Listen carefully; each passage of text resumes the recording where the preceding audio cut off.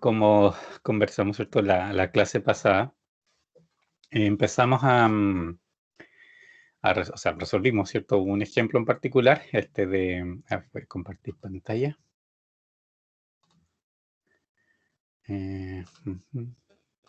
Aquí.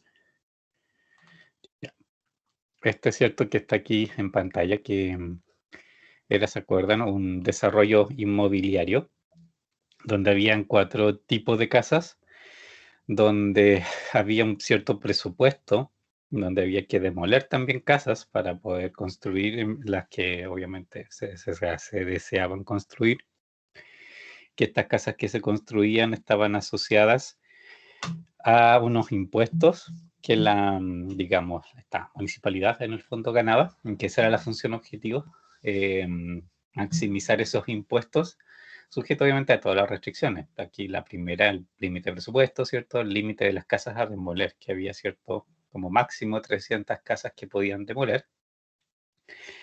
La demolición también tenía, ¿cierto? Su costo, también había un tema de superficie, que era restringida un poco de dos maneras, que por una parte, el espacio que se liberara en primer lugar, ¿cierto? Desde las casas demolidas, yo no lo podía realmente ocuparlo completo, que había, ¿cierto? Ahí un 15% de ese espacio que yo no podía considerar para casas, sino que tenía que ser como zonas en común en el fondo. Y del espacio que sí liberaran estas casas, obviamente que se podían ocupar para construir, se ocupaba, digamos, en los 4 modelos de casa que existían, que era, digamos, esta ecuación 3 la que reflejaba eso. Y las otras 3 restricciones eran básicamente restricciones comerciales, ¿ya? Que de relación en números mínimos, por ejemplo, o porcentajes en realidad, de participación en el total de casas de los modelos, de los distintos modelos, ¿cierto? Que eso obviamente son más bien decisiones comerciales. Y este modelo lo llevamos a Lingo, ¿cierto? Acá. Aquí obviamente exactamente el mismo modelo, simplemente en el lenguaje de Lingo, ¿cierto? Pusimos etiqueta a las cosas y lo resolvimos, ¿cierto? A ver, pero parece aquí que un cambio que le hicimos que no modificamos que era 3,4, ¿se acuerdan? Guardemos, resolvámoslo de nuevo y acordémonos qué decía. Vamos a agrandar la letra. Ahí, ¿cierto? Ya, primero la función objetivo, ¿cierto? Que es un valor que siempre me va a interesar. En este caso, como nuestra función objetivo, nosotros, ¿cierto? La pusimos en miles. ¿Se acuerdan que le sacamos en el fondo los 3 ceros o corrimos la coma en 3 lugares para que los números no fueran tan grandes y lo tratamos como, ¿cierto? 1,9, 2,7, lo tratamos así los miles. Esto en realidad está en miles, porque la solución es 343.965,2 en impuestos. Aquí, bueno, la otra parte interesante, lógicamente, que hay varias informaciones variadas, digamos, de cómo se resolvió, pero aquí nosotros lo que nos interesa principalmente, obviamente, lo que está aquí. Y esto es lo que yo les había dicho, si íbamos a retomar, íbamos a partir de aquí para acordarnos bien qué significa toda la información que aquí sale. Y de ahí vamos a ir a ver otra tabla que todavía no la hemos generado. De ahí les voy a decir también el Lingo cómo se genera. Y después cuando veamos un ejemplo en Excel, vamos a ver también en Excel cómo se genera esa misma información y dónde está, digamos, la información que vamos a ver aquí en esa otra tabla y que obviamente representa al final lo mismo. Aquí, ¿cierto? El Lingo, hay como 2 tablas en el fondo, en los resultados aparecen estas 2 tablas, ¿cierto? 2 secciones. Y la primera se refiere a las variables y a los coeficientes en el fondo, en la función objetivo de esas variables. Tiene que ver con eso. Por el lado, digamos, obviamente, lado izquierdo, vemos que va a estar todo el listado de las variables. Aquí 1, aquí 2, aquí 3, aquí 4 y en nuestro caso, ¿cierto? Aquí, por ejemplo, lo que yo varias veces les he dicho, si llegan a tipear algo mal, aquí les va a aparecer otra variable que no corresponde. Por ejemplo, Si estaban escribiendo x2 y de casualidad escribieron x22, no se dieron cuenta que presionaron 2 veces ahí y les quedó un 22 en vez de un 2, aquí les va a aparecer x1, x2, x22. Les va a decir, ahí va a estar una variable que no tiene nada que ver. Lingo, en esos casos, si la sintaxis de su error, en este caso x22, está correcta, no les va a decir nada, no les va a avisar que se equivocaron. Lingo no tiene cómo saber que eso era un x2, sino un x22, una variable diferente. Así que lo va a tomar como una variable diferente. Por eso siempre es bueno aquí revisar que estén efectivamente las variables que ustedes definieron y que no haya ahí otra cosa rara que haya sido un error de tipeo, porque si es un error de tipeo, obviamente Lingo cree que es otra variable y lo soluciona como si fuera otra variable y el resultado que les va a dar, por supuesto, que no es el que corresponde. Primero siempre eso, mirar que las variables son las que corresponden. Segundo, los valores, pues aquí donde la columna del medio que dice valores, son los valores de la variable en la solución. En este caso, 35, 82, bla, bla, bla, 98.5, 44.78, bla, bla. X4, 0 y estoy demoliendo, ¿cierto? 244,48 casas. Acuérdense que está en tipo casas, la X1 es la unipersonal, 35,8 se van a hacer, la X2 era la doble, X3 la triple, X4 la cuádruple. Y también le mencioné, ¿cierto? Que como estamos haciendo problema de programación lineal, eso implica que las variables pueden tomar valores decimales, como en este caso, ¿de acuerdo? Se podría limitar a que fueran enteras. En algún momento ahí les voy a mostrar cómo se hace eso, pero en este caso por el momento no nos preocupemos realmente de ese detalle, que importa más que en realidad aprendemos a leer el resto de la información que sale. Y por el momento consideremos que es perfectamente válido considerar esa cantidad de esas fracciones. Y la otra columna que aquí aparece es el costo reducido, ¿ya? Y el costo reducido, yo les decía que en realidad tiene relación con los coeficientes de la función objetivo. Y aquí pueden pasar, en términos generales, dos cosas. Fíjense, todas las variables que tienen valor en la base, ¿cierto? En la solución final, obviamente, tienen costo reducido 0. Y siempre tiene que ser así. Si es una variable que está en la base, tiene costo reducido 0. A menos pasa, y por ahí quizás vamos a llegar a ver algún ejemplo de esa naturaleza, que es una cuestión súper puntual. Cuando se trata, por ejemplo, de soluciones infinitas, y ustedes, que obviamente hay más de una solución, y ustedes están exactamente en un borde, digamos, están así en un punto donde, por ejemplo, X3 y X4 podrían entrar indistintamente a la base y en cualquiera de los dos casos tendrían el mismo óptimo. Cuando pasa eso, van a ver aquí obviamente una situación similar. Una variable va a tener valor, la otra no, y resulta que la variable que no tiene valor, en realidad en el costo reducido, igual va a tener 0, ¿ya? Pero eso es súper raro que pase, ¿de acuerdo? Es solamente en esos casos de solución infinita y de hecho es la forma como de darse cuenta de que están en un caso de soluciones infinitas, es precisamente que aparecen ceros, o sea, en variables que no son básicas. Y porque en teoría las no básicas no tienen, que el costo reducido no es 0. Entonces en eso hay que siempre fijarse porque es una condición particular en algunos puntos específicos de la solución. Y los costos reducidos, digamos, cuando las variables, como por ejemplo x4, tienen valor 0, en esos casos, ¿cierto? Los costos reducidos sí son positivos, ¿ya? Y siempre aparece positivo, ¿de acuerdo? Independiente si el problema es costo o el problema es ingreso, ¿cierto? Maximizar ingresos o utilidades. El número que aparece aquí es una referencia al coeficiente que ustedes tienen en la función objetivo, ¿de acuerdo? Y básicamente lo que les dice, ¿cierto? Es por cuánto ese coeficiente está pasado como para que yo lo considerara, por ejemplo, parte de la solución.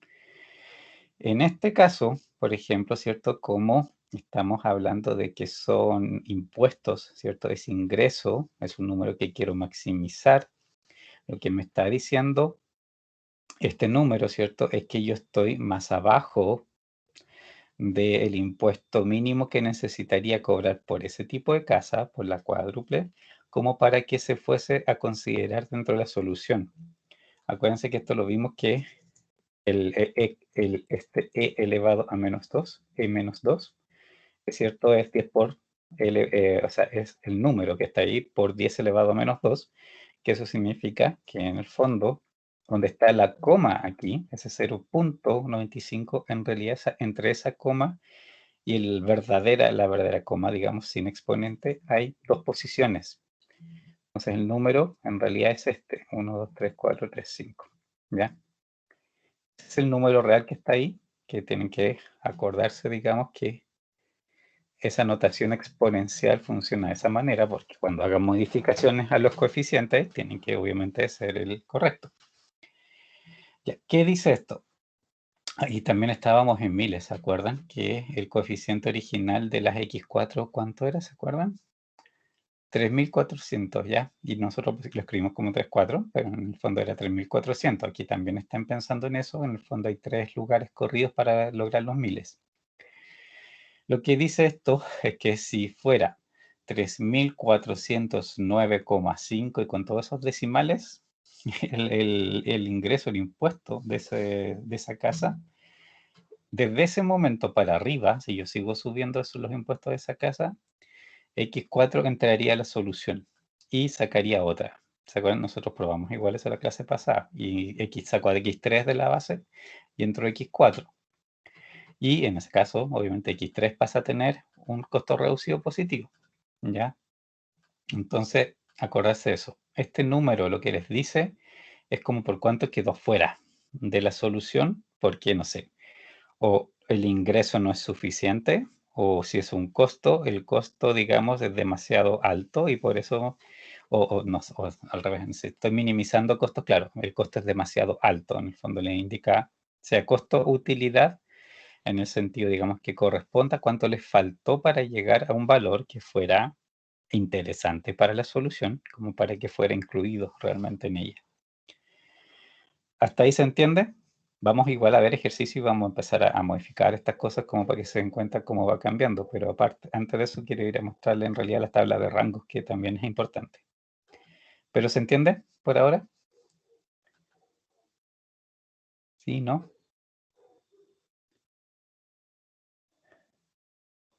¿Hay alguien?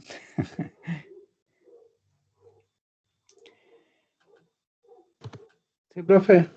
Ya. Y obviamente, y en general, en todas las cosas que vamos a ver, los cambios, en cualquier cambio que ustedes hagan a los coeficientes, obviamente jamás son eternos. Ya esto les dice, claro, pueden incrementar ustedes las utilidades hasta este valor desde ahí para arriba, por ejemplo, ok, va a seleccionar esta y va a dejar otra fuera. Pero eso también puede que en algún momento cambie más arriba, ¿de acuerdo? Que por ejemplo, si 3004, ok, 3005 funciona, 3006 funciona, 3007 funciona y quizá en 4000 no. Y pasa otra cosa diferente. Eso puede pasar, ¿ya? Y en esos momentos, ahora en un rato les muestro la otra tabla que les dice precisamente dentro de qué rangos estos cambios funcionan, porque esta información obviamente, y también el precio dual, como vamos a ver ahora, se refiere a cambios obviamente positivos para efectos de la solución, pero no son eternos. Y bueno, la otra parte, la segunda parte, ¿cierto? Recordemos bien de qué se trata. Nosotros le pusimos etiqueta a las distintas filas, ¿cierto?, de nuestro sistema de ecuaciones, o sea, nuestro modelo, que en el fondo, ¿cierto?, las restricciones son como sistema de ecuaciones al final. Y la primera aquí siempre se va a referir a la función objetivo. Y siempre les va a replicar el número que tienen arriba, ¿cierto?, del resultado. Y aquí siempre va a aparecer precio dual 1, ¿ya? Eso no significa nada en particular, solamente arroja esa información, pero puntualmente no significa nada en especial.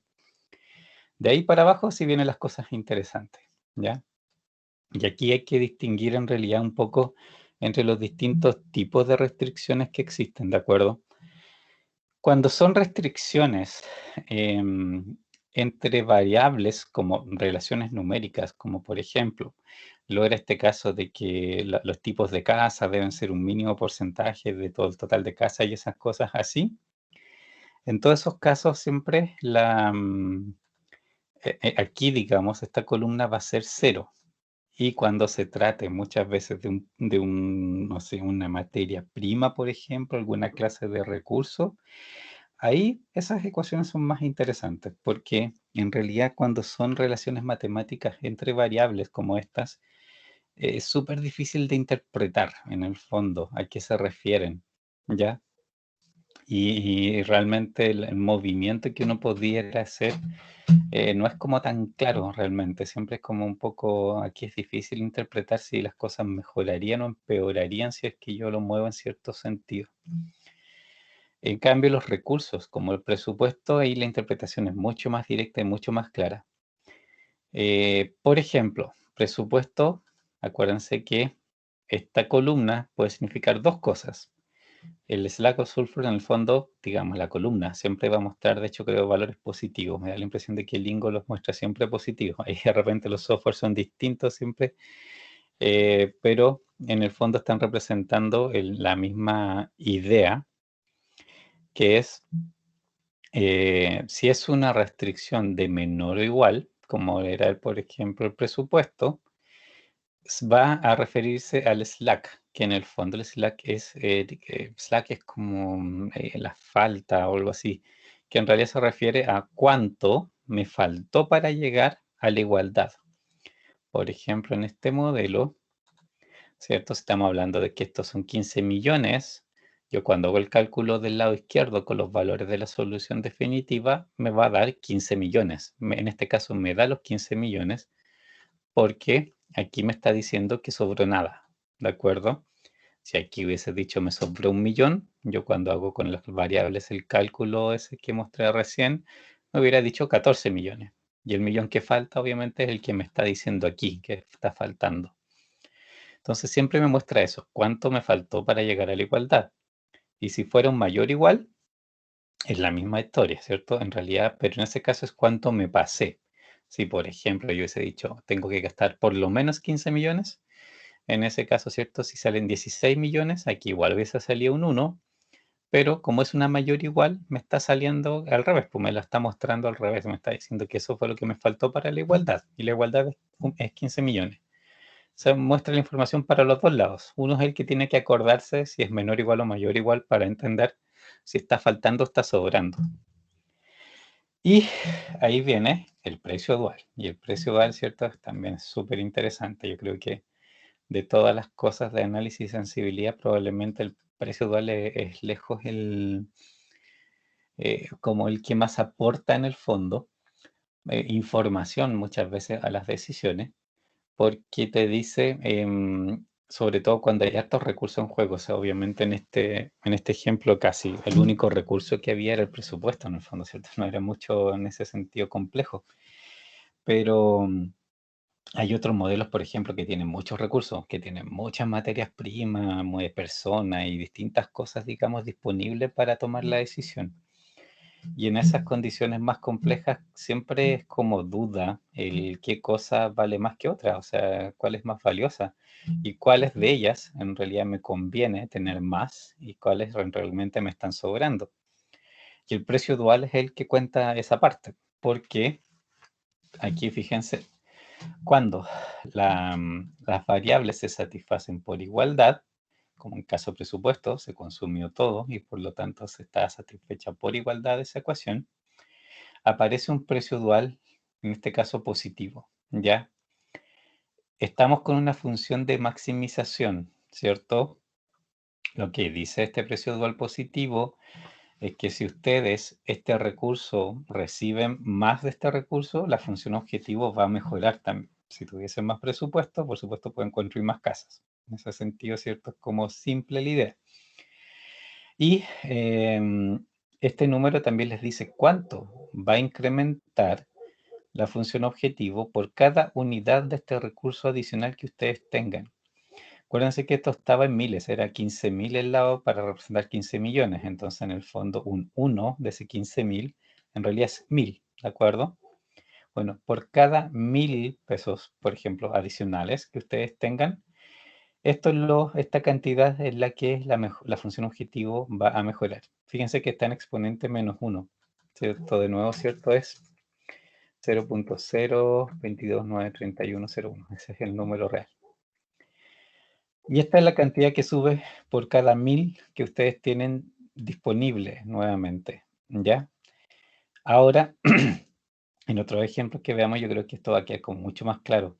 Y como le digo, cuando hay varios recursos a la vez, también, ¿cierto? Los distintos recursos que se agotan, que pueden ser varios a la vez, les van a decir con cuánto aporta cada uno y cuál les convendría tener más.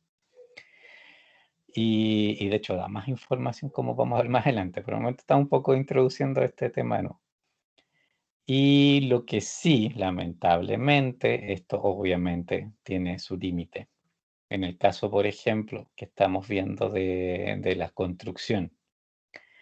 Si yo siguiera aumentando, por ejemplo, mi presupuesto, ¿en qué momento, por ejemplo, un aumento de presupuesto sería inútil? ¿Qué tendría que pasar como para que ya de realmente ahí tener más plata todavía no me sirviera de nada?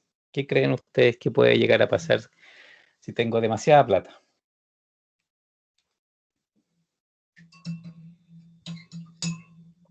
La parte del resultado, profe. ¿De cuál resultado? ¿Tú dices de los valores de las variables? Sí. Sí, un poco, pero yo digo más bien en el término de pensando en el resto de las condiciones del problema, las condiciones originales. ¿Por qué en realidad un presupuesto infinito aquí no me serviría? ¿Dónde empiezo a encontrar después una otra piedra de tope en el fondo? Porque las variables entonces igual van a ser. No vamos a poder determinar nunca las variables entonces, ¿o no? Bien, pero mira las ecuaciones. Hay cosas que igual te van a limitar.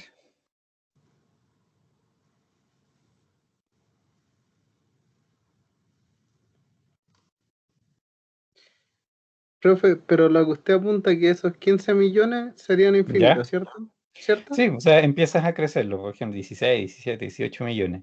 Igual va a haber un punto en que no te va a servir nada seguir creciendo. Por ejemplo, voy a inventar un número. Llegas a 30 millones y después en realidad la solución tengas 30, 35, 40, 50 millones, ya no te cambia. Ya no puedes ganar más. Aunque tengas más plata, no vas a ganar más. ¿Por qué puede pasar eso? ¿Qué cosa, llegado a cierto punto, en realidad te va a impedir seguir ganando más plata, aunque tengas más presupuesto? ¿El límite del espacio, profe? Exacto, ¿cierto? Tienes una cantidad máxima de casas a demoler y ya puedes seguir subiendo el presupuesto. En algún momento vas a ocupar el espacio de las 300 casas y después de eso, en realidad ya no te va a servir de nada tener más plata porque ya no tienes dónde construir. Entonces ahí, de hecho, en esa restricción, ¿cierto? La de presupuesto, cuando llegues a ese límite, aquí ya no se va a satisfacer por igualdad. Vas a empezar a tener que el lado izquierdo, lo que sumes aquí es inferior a lo del lado derecho. Y la que sí va a pasar a ser la limitante va a ser, por ejemplo, esta. La i es menor o igual a 300 porque va a estar en 300. Exactamente en 300.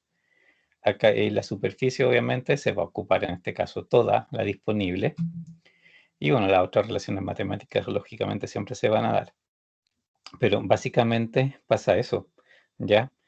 Por eso, y eso en general, en todos los problemas que vamos a ver cuando hay distintos recursos, llega un momento, aunque tú tengas un recurso escaso, si empiezas a tener más de ese recurso, va a llegar a un momento en que también ese recurso te va a estar sobrando y que otra cosa pasa a ser la escasa.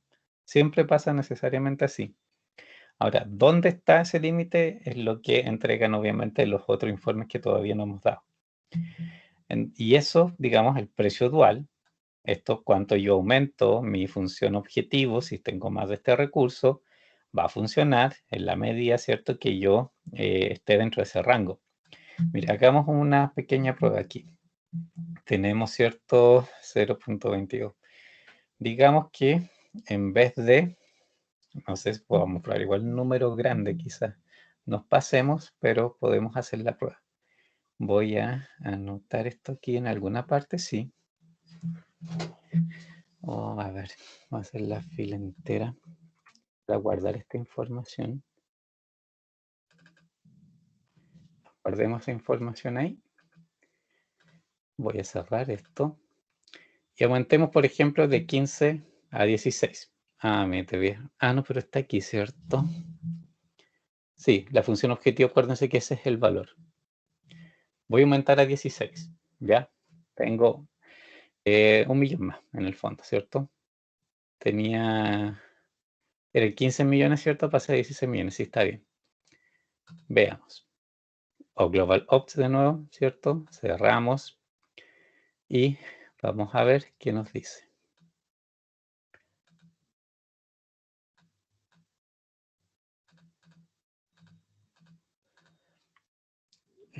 Pero vamos a copiar, por ejemplo, copiamos esta parte y la vamos a comparar con la otra. Y lo voy a poner acá abajo, pero también quiero... El tiro vamos a volver a esta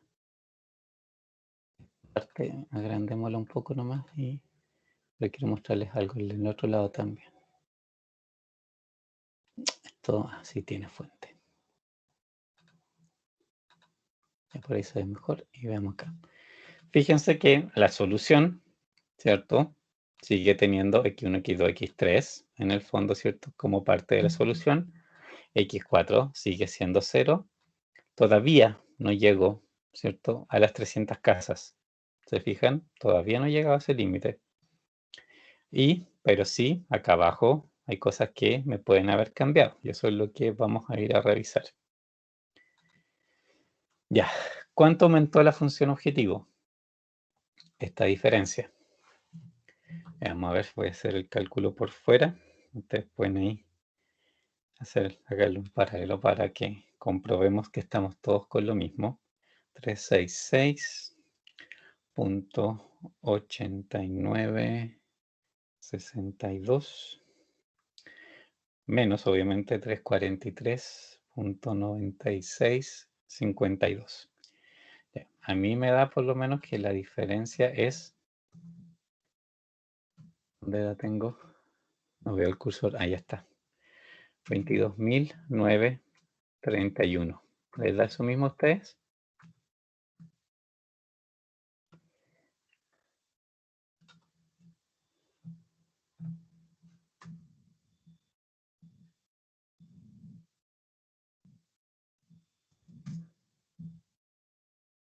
Bueno, es 22.131 en realidad.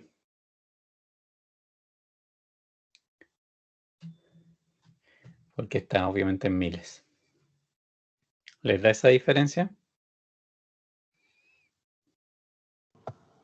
Profe, yo estoy recién metiendo los datos al sistema.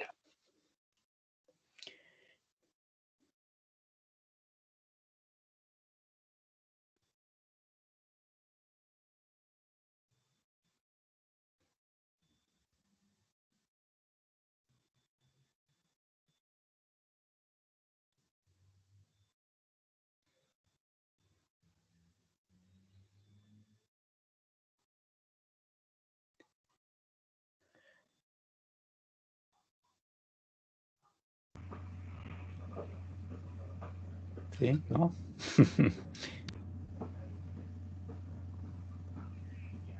¿Ninguna opinión?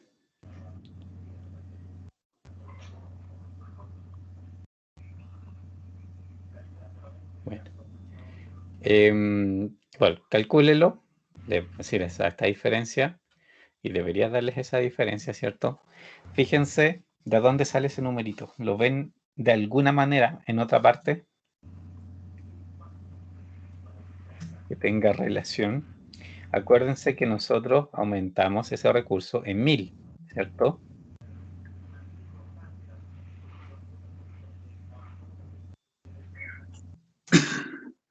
¿Se parece a algo ese número? Sí, profe, a mí me da lo mismo. ¿Sí? Ya. Fíjense, 22931, acá arriba. 22931. Es lo que decía, por cada unidad en el fondo que ustedes aumenten, esto es lo que les va a aumentar precisamente la utilidad. Si multiplican por 1000, ¿cierto? Es como lo mismo que correr esta coma 3 lugares. Les queda ahí y les queda en el 22.9331, ¿cierto? Que está acá abajo, que fue precisamente la diferencia entre estos dos. ¿Se entiende? ¿O expliqué muy rápido?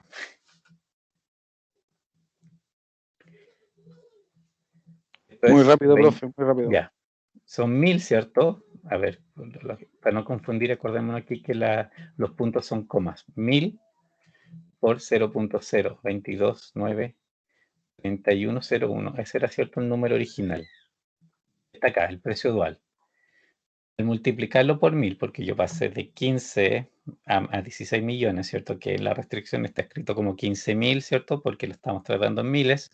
Pasé de 15.000 a 16.000. Entonces aumenté 1000 el recurso. ¿Ya? ¿Dónde está? Aquí.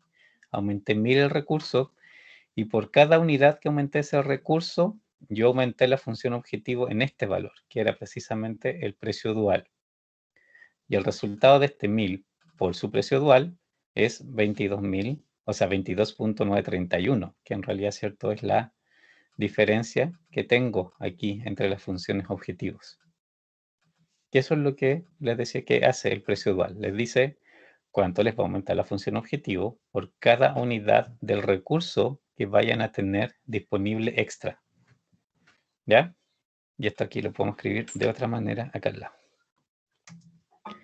Es, por ejemplo,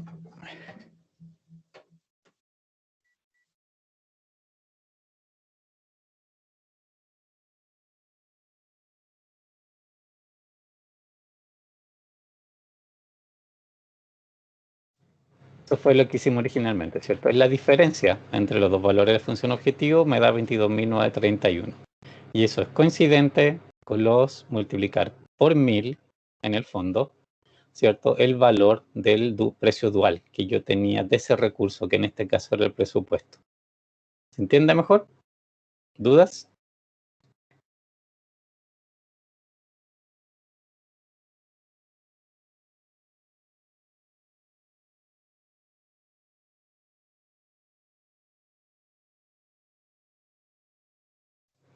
¿Sí o no? ¿Se entiende algo o no se entiende nada?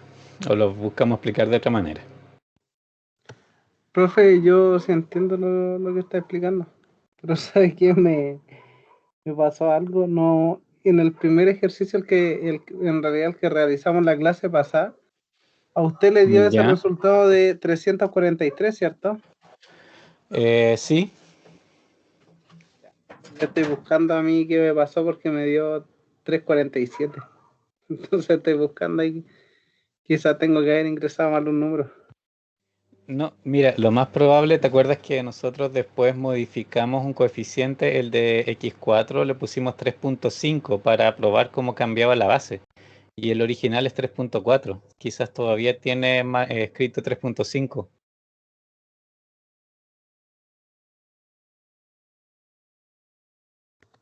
No, tengo ingresado 3.4. Y usted igual tenía el 3.4, ¿cierto?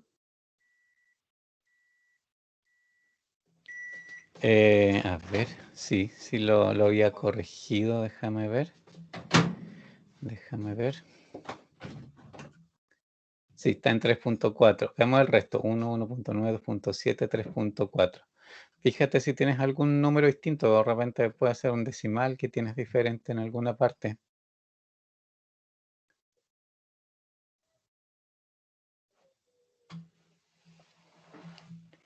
O fíjate acá en los valores de las variables. Si es que, pero aquí yo no copié las variables para ver si eran exactamente iguales.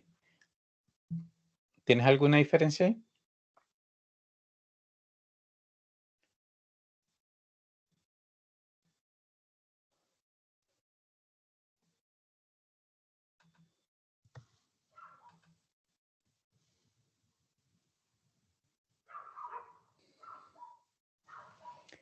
Sí, ¿no? Profe, ¿se puede volver ahí a la solución? ¿Al resultado? Sí.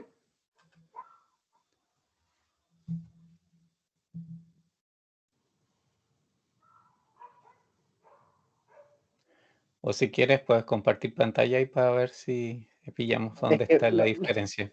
es ¿Ah? que lo tengo en otro computador, entonces estoy Ya, con dos computadores. ya. Ya, pero no importa, profe, dejémoslo así nomás, tengo que yo haber metido mal un número. Lo voy a Sí, revisar no, más por eso. tarde. Sí, sí, algo distinto es tener algún detallito por ahí. Algún coeficiente puede ser distinto. Ahora que te influya en la función objetivo, porque la función objetivo. Pero que tus variables pueden ser de valores distintos. A ver, volvamos al 15. Resolvamos. Ya, fíjate si tus valores de función objetivo son los mismos de acá. Alguno puede estar distinto. Aquí. Estos son los de la original, el resultado original. Lo voy a ir a copiar también al otro lado. Eso me da lo mismo, profe.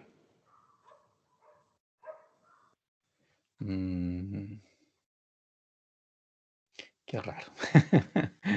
O lo otro puede sacar un pantallazo del modelo y enviarlo por chat o enviármelo por correo para ir a ver si pillo que puede ser. Pero claramente tienes algún detalle, o sea, debe ser algo súper chico que por ahí te está sumando algo que no corresponde. Ya vale, le voy a sacar pantallazo Ya, para mandarlo después en el sí, chat. algo debe haber. Y ya. Y bueno, y eso, digamos, en la historia del precio vale, eso es lo que muestra en el fondo, cómo voy a mejorar yo la función objetivo, ¿cierto? Si es que tengo más del recurso. Aquí, digamos, de hecho, lo que es súper relevante en el fondo es que pasa en muchas decisiones al final, que yo quizás, no sé, a veces yo creo ya, ok, este recurso es escaso. Me gustaría tener más de este recurso, lógicamente, para, para poder obviamente aumentar mis utilidades. Pero tener más de ese recurso, lógicamente, implica que yo tengo que pagar por él. De alguna manera, ¿cierto? Ese recurso también tiene un costo asociado, obviamente, que yo debo cubrir. Y ahí, ¿cierto? Este número, además, lo que les permite es hacer esa comparación. O sea, si realmente me vale la pena que yo, ¿cierto? Adquiera más de ese recurso. Si, por ejemplo, hago cotizaciones y veo que todos me están cobrando, por ejemplo, por decir algo, que el precio dual fuera 14.000, ya, por cada unidad extra de algo. Perfecto. Entonces yo sé que mi utilidad va a aumentar en 14.000 por cada unidad extra que yo ponga. Pero voy al mercado, me pongo a cotizar y el que me vende más barato me lo vende a 15.000. Ya. ¿Me conviene o no me conviene comprarle al final el recurso o no?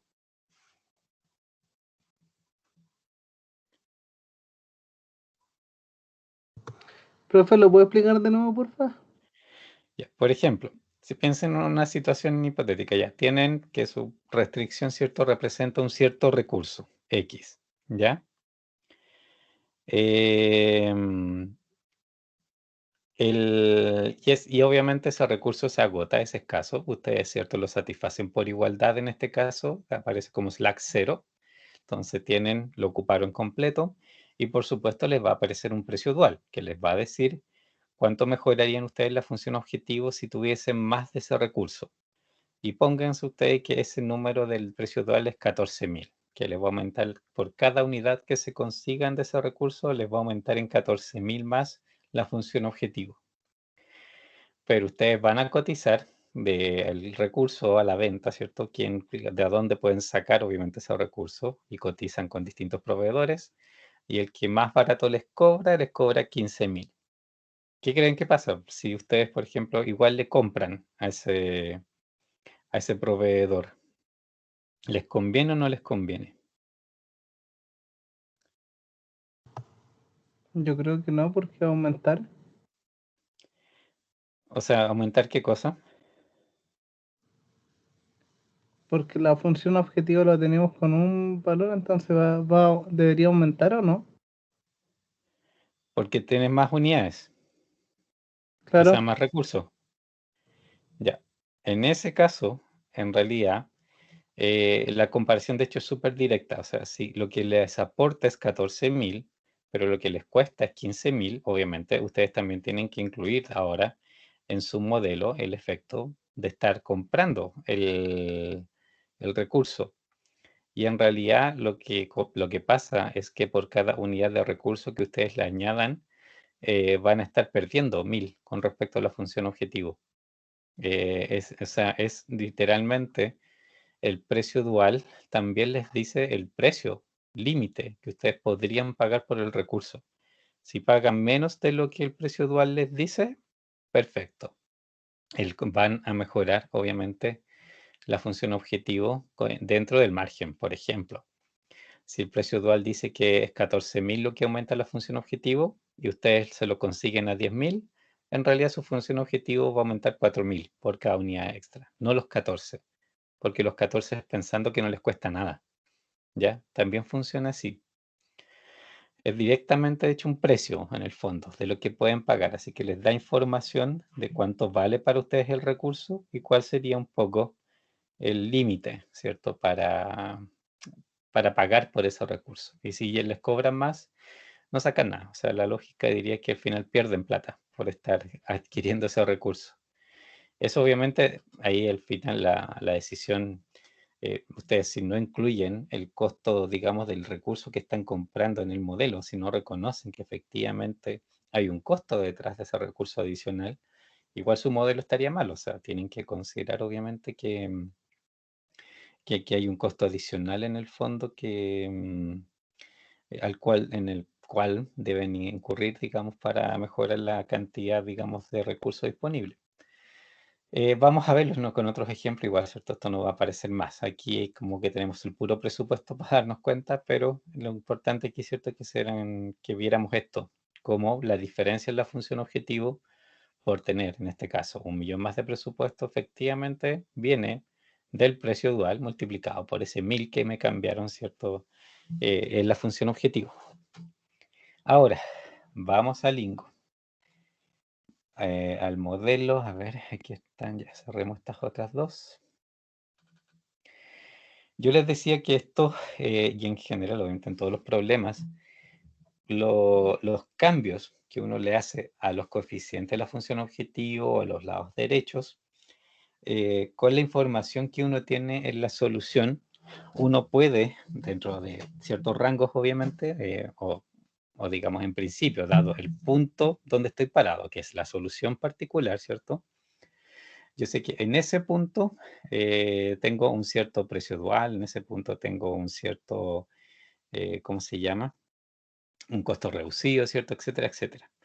Pero les decía, ¿cierto? Que esto no funciona para siempre. O sea, yo puedo empezar a variar coeficientes y hay situaciones donde la variación de coeficiente no me va a cambiar el resultado, o bien si me lo cambia de una manera predecible. Y hay otras, ahí llega un punto en que los cambios en los coeficientes o en los lados derechos, ¿cierto? Llega a ser tan grande que en realidad en esas situaciones ya la solución puede cambiar radicalmente. ¿Y dónde veo eso? Hay un reporte, digamos, que se preocupa de esa parte. Pero hay que activarlo, ¿de acuerdo? Lingo por defecto no lo trae. Así que aquí me tienen que seguir. Fíjense, arriba, dentro del menú, está obviamente la pestañita Solver. Si la pinchan, le va a abrir estas opciones. ¿Están ahí? ¿Sí? ¿No?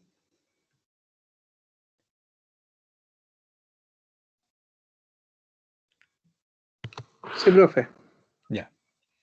Dentro de Solver está opciones. ¿Ya? Pinchan opciones y les va a aparecer esta ventanita. Esta ventanita es muy probable que les venga en la pestaña interfaces, acá arriba, digamos activada. Tienen que pasarse a la pestañita General Solver, ya que está aquí.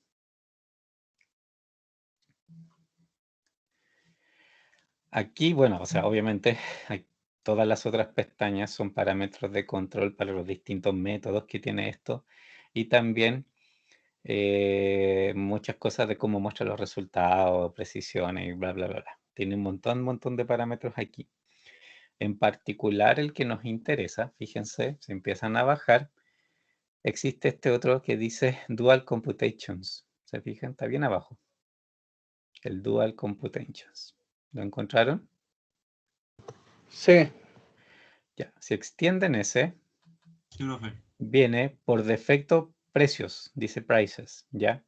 Eso se refiere al precio dual. Ese es el que se le muestra en el otro reporte, ¿de acuerdo? ¿Ya? Pero fíjense que la otra opción es precios y rangos. La segunda que hay. Y esa es la que hay que seleccionar. Déjelo en precios y rangos. Pueden aplicar o decirle OK. Ya, y lo cierran. Ahora lo vuelven a resolver, ¿ya? Y esto es importante, ¿ya? Es como una maña que tiene lamentablemente el Lingo. Lo tienen que volver a resolver, no basta solamente ponerlo ahí. Si lo resolvieron antes, tienen que volver a resolverlo, porque si no, no se los va a tomar. Resuelven. Esta página va a quedar igual, ¿ya? La que siempre hemos visto no cambia en nada. Pero, si van acá, en esa misma parte, en Solver, fíjense que está esta otra opción, dice rango o control R, dice. Presionan esa y les muestra esta otra tablita, que esta es la que en realidad ahora creamos. Vamos a aumentarla para verla. ¿Llegaron a ella? Sí. ¿Todos llegaron a ella?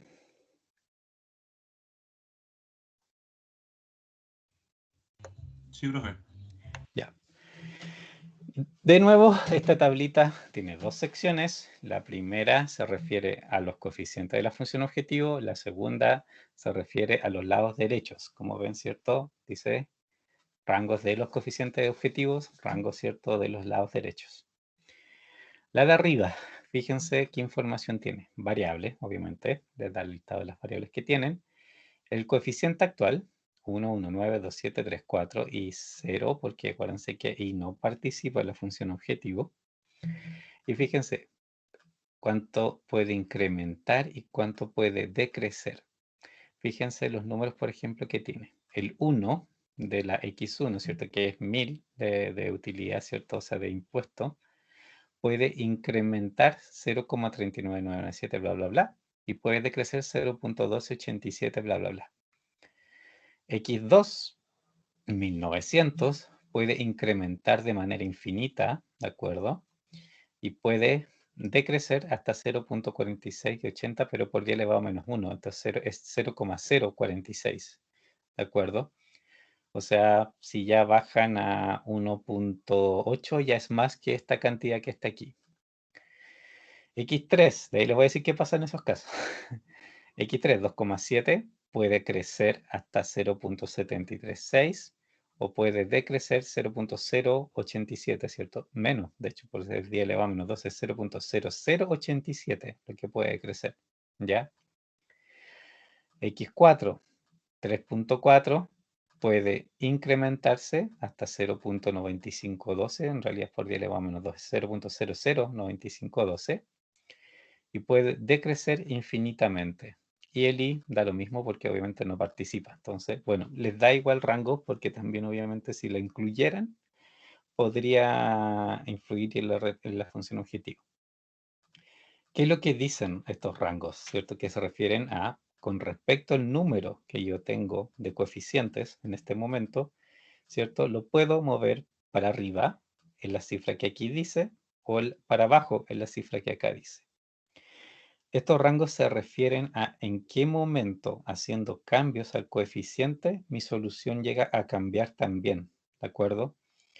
Por ejemplo, con X4 quizás es más fácil ver. X4 no estaba en la solución, ¿cierto?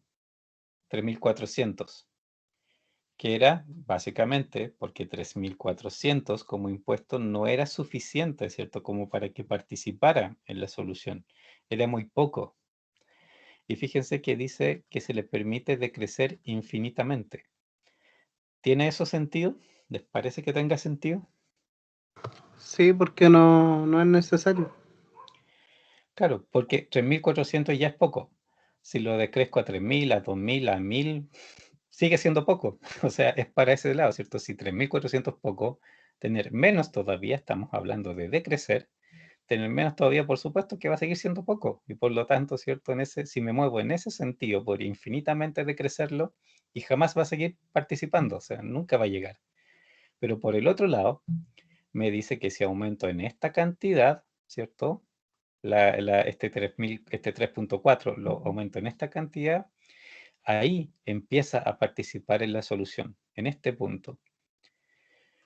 Por ejemplo, el X3, 2.7, me dice cuánto puedo incrementar y cuánto puedo decrecer. Si yo decrezco el 2.7 en esta cantidad, ¿qué creen que pasa? En vez, ¿cierto?, de tener 2.700, voy a generar menos impuestos. Pero entonces, ¿qué podría pasar en esa situación? Con respecto a las otras variables, por supuesto. Podrían aumentar. ¿Cierto? Porque, acuérdense, entre X3 y X4, el modelo que decidió fue hacer solo X3. Y X4 no, porque consideraba que era poco esto para lo que costaba. Si yo disminuyo el 2.7 en esta cantidad, por supuesto que, por ejemplo, ahora X4 en realidad no parece tan mala idea. Como X3 recauda menos impuestos, ahora X3 es el que no es atractivo y X4 sí, en esas condiciones. Y por lo tanto ahí X3 es el que pasa probablemente, o sea, X4 el que pasa probablemente a ser parte de la base y X3 no. Y así es con los demás pasa lo mismo. Por ejemplo, X2, incrementar infinitamente. ¿Por qué infinitamente? ¿Qué podría significar eso? X2 está en la solución.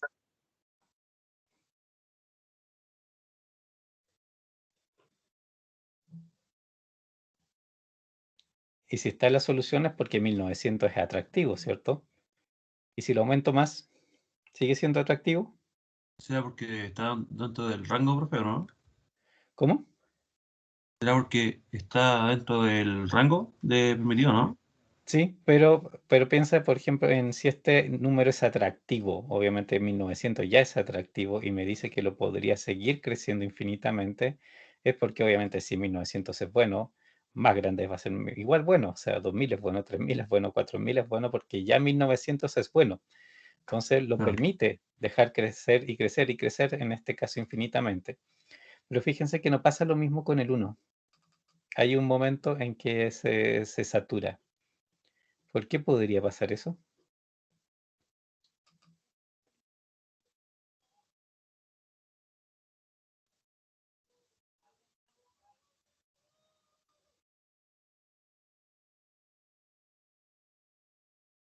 No sé, profe, la verdad. Quizás Bueno, por de el estas rango cosas, igual. El rango tiene que ser máximo el uno que muestra ahí la restricción, digamos. Entonces no, yo creo que no puede pasar más allá de eso. No sé si me equivoco. sí, pasa, ¿cierto? En realidad, de nuevo, aquí lamentablemente estos reportes siempre se refieren como al próximo cambio, y de hecho es uno a la vez, ¿de acuerdo? O sea, por ejemplo, este número que está aquí, ¿cuánto puedo incrementar? Es esa cantidad en la medida que yo no modifique los demás, ¿de acuerdo? O sea, solo haciendo una modificación a la vez, se respetan estos límites. Si hago dos modificaciones simultáneas, ya no corre tan así. Entonces, igual esta se refiere a una modificación individual. Pero pasa, en el fondo, que, ok, ahora, ¿cierto? En este momento, X1, X2, X3 son parte de mi solución, X4 no. Si empiezo a aumentar y me paso de esta cantidad, que podemos, por ejemplo, hacer la prueba de 1.4, que está por sobre, ¿cierto? Esto, en realidad lo que puede provocar ese 1.4 es, por ejemplo, que deje fabricar X3, que no le convenga, o que deje fabricar X2, que no le convenga, ¿de acuerdo? Esa clase de cosas podría pasar, de alguna manera puede cambiar la solución. Y esa es un poco, siempre impredecible un poco para qué lado lo va a hacer. A veces uno mirando los números puede más o menos darse cuenta de qué cosa va a preferir o qué no, o que el modelo en el fondo, por su estructura, permita un poco predecir qué va a pasar. Pero muchas veces en realidad no se puede. Pero algo pasa a lo 1.4 en el fondo aquí, ¿de acuerdo? Y eso, digamos, es lo que, o sea, sabemos que va a cambiar la forma de la solución, la distribución que tiene, de alguna manera va a cambiar cuando yo cambie esto. De hecho, podemos hacer la prueba sin borrar este reporte de rango. Era ¿cierto? Era X1, que originalmente está en 1, pero lo vamos a dejar con 1.4. Veamos qué hace. Cerremos. Ya. No. ¿Qué pasó? Algo tiene que haber cambiado.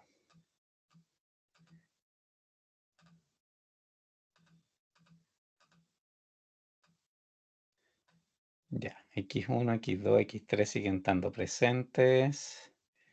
El presupuesto, la demanda.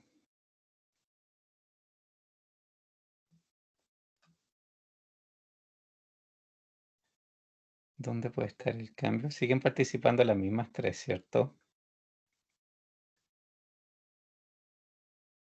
¿Qué puede ser el cambio? Está más difícil de ver, pero obviamente siempre hay un cambio, necesariamente tiene que haber un cambio, pero no siempre son como fáciles de observar. A ver, comparemos con la otra. Esta es la anterior.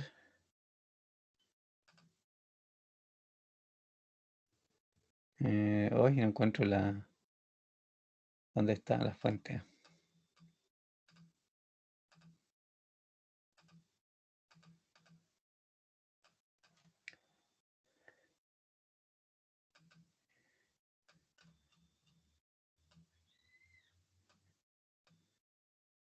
Ya, ahí se ven simultáneamente. El de arriba es el nuevo, el de abajo obviamente es el antiguo. Ya se demuelen más casas, de hecho. 0, sí, porque hay menos espacio, 44, 98, ya. Por lo menos siguen siendo las mismas variables, no muchas veces cambian las variables. Y abajo, 58, espera, se deja arreglarlo.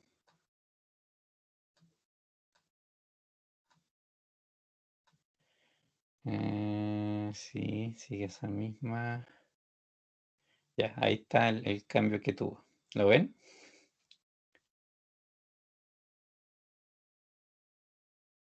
Es un detalle. No fue tan significativo este cambio que hicimos. Hay otro que se nota mucho más. ¿Dónde ven la diferencia?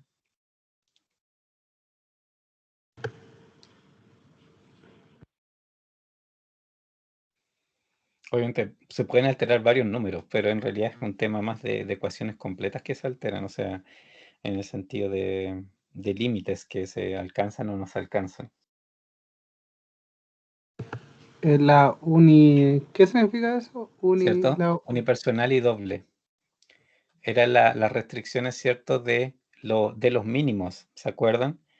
Que en el fondo habían restricciones que decían, ok, como mínimo unipersonales deben ser un tal porcentaje, como mínimo las dobles deben ser un porcentaje. En la solución original, las unipersonales se hacía lo mínimo posible, se está en 0, ¿ya? Y de dobles se podían hacer más. Dobles se hacían más de las mínimas que se exigían, unipersonales no, porque no convenía tanto. Y en este caso, como le mejoramos tanto, ¿cierto? El impuesto de las unipersonales, ahora, ¿cierto? En realidad, es que la de arriba es la segunda situación. Las unipersonales ahora se hicieron más de las mínimas necesarias y las dobles pasaron a ser las mínimas necesarias. ¿Se fijan? Eso es lo que, está en realidad, bueno, un ejemplo un poco rebuscado. De hecho, podemos hacer otras alteraciones para que también se den cuenta. Pero en el fondo, lo que hace el reporte de rangos es decirle, piensen que, ¿se acuerdan de esta figurita que vimos del área factible que tenía ciertas rectas que limitaban cuál era el área factible? Si ustedes se pasan de los rangos que aquí indican, en el fondo lo que están haciendo es pasarse a un límite distinto del área de soluciones, ¿ya? Y por eso es un poco impredecible lo que va a pasar, pues en este caso lo que vimos, ¿cierto? Fue un cambio de las dos ecuaciones, que una se satisfacía por igualdad y la otra no, se intercambiaron en el fondo. Ahora la que no se satisfacía por igualdad pasó a hacerlo y la otra, ¿cierto? Fue la que sobró. A veces, ¿cierto? El cambio es mucho más radical, o sea, hay cambios, por ejemplo, que literalmente cambian las variables de la función objetivo, o sea, que entra una y sale otra, ¿ya? A eso se nota a veces mucho más. Pero esos cambios en el fondo son los que pasan cuando uno se pasa estos límites. No necesariamente, por ejemplo, son cambios para peor, a veces, muchas veces son para mejor, no se sabe, ¿de acuerdo? Pero sí lo que avisan en el fondo es la solución actual que tienes no va a cambiar radicalmente mientras te muevas en estos rangos. Si te sales de estos rangos, en realidad tu solución va a ser bien distinta a la que es ahora. De hecho, el cambio este que hicimos como bastante sutil, digamos, cómo cambió para efectos de, digamos, cómo cambia en otras situaciones. Por ejemplo, esto es, ¿cierto? Es 0.046, ¿se fijan? Entonces, si pasamos, por ejemplo, x2 de 1 a 9 a 1 a 8, veamos lo que pasa. Voy a cerrar ese. Este es el original, ese prefiero dejarlo. Y este, pasémoslo a 1.8. Solvamos, cerremos. Y aquí es cierto, como esto más evidente lo que pasó.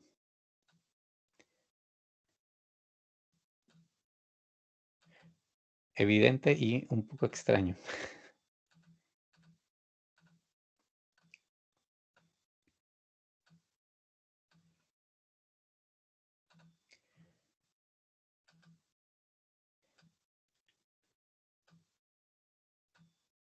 Pero parece que este era el segundo. Ya, déjenme, este es el nuevo. Lo voy a mantener. Y esperen, voy a volver al 1.9 porque el que borré en realidad era el original y es el que no tenía que haber borrado.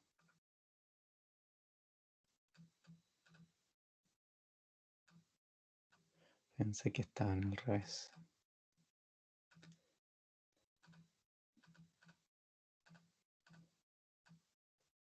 Ya, este sí era el original. Y abajo tenemos el nuevo. ¿Qué pasó?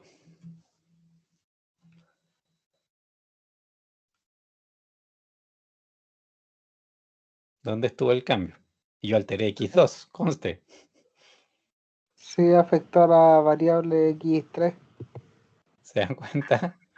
Cambié x2 y lo que hizo fue sacar x3 de la base y poner a x4.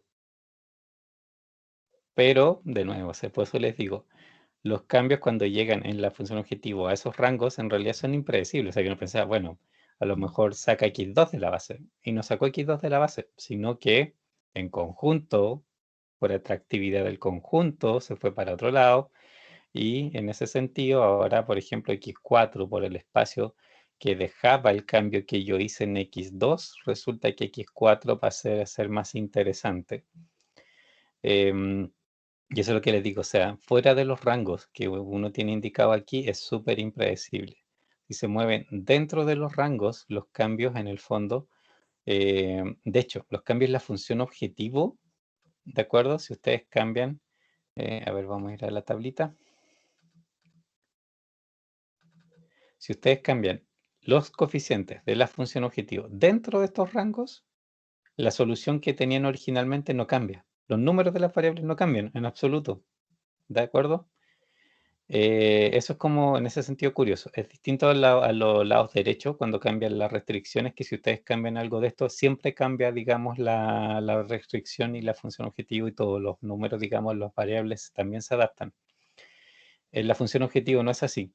La función objetivo, digamos, permanece exactamente la misma valor de función objetivo y los mismos valores de variables mientras ustedes se muevan en este rango.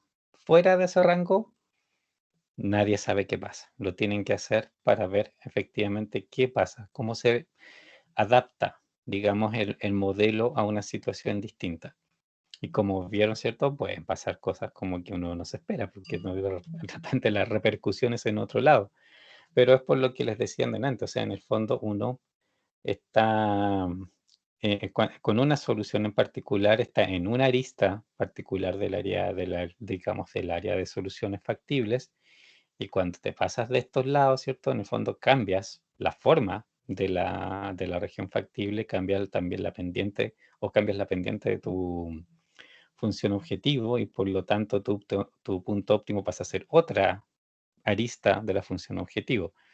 De hecho, en el caso de particularmente de los coeficientes de la función objetivo, cuando lo cambias ni siquiera y lo más probable es que en realidad no te cambies a una arista adyacente. En el caso de los lados derechos sí, te cambias a una adyacente siempre. En los objetivos no, para nada. Puedes saltar a cualquier parte de la función objetivo, o sea, del área factible. Por eso, por ejemplo, al cambiar X2, en realidad nos produjo un cambio en X3 y X4 y nos sacó X2 de la base. Y es porque, claro, cambiaron la pendiente de la función objetivo y terminó tocando un punto de otra parte de la región factible.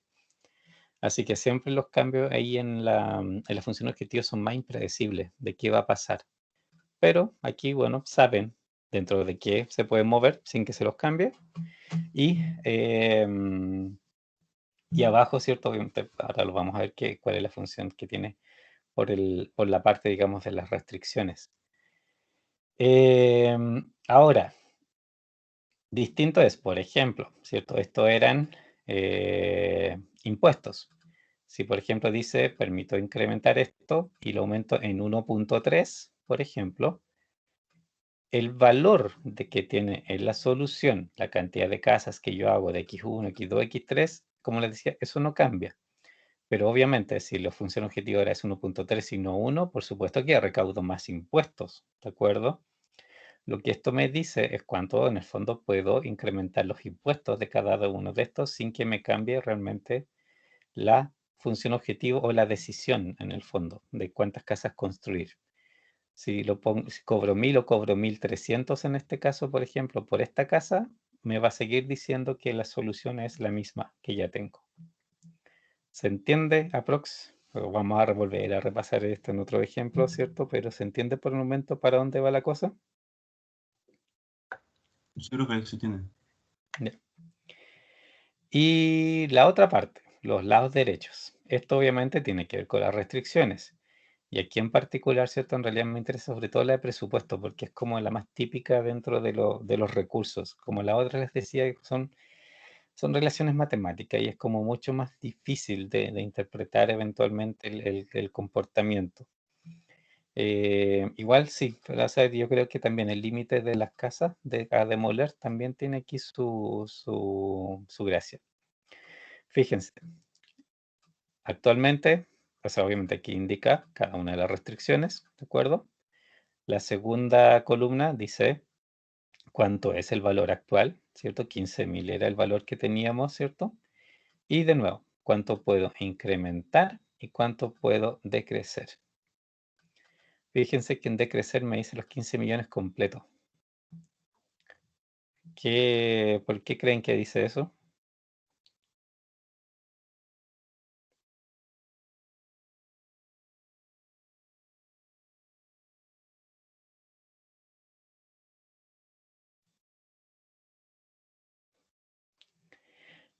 ¿Por qué podría ser?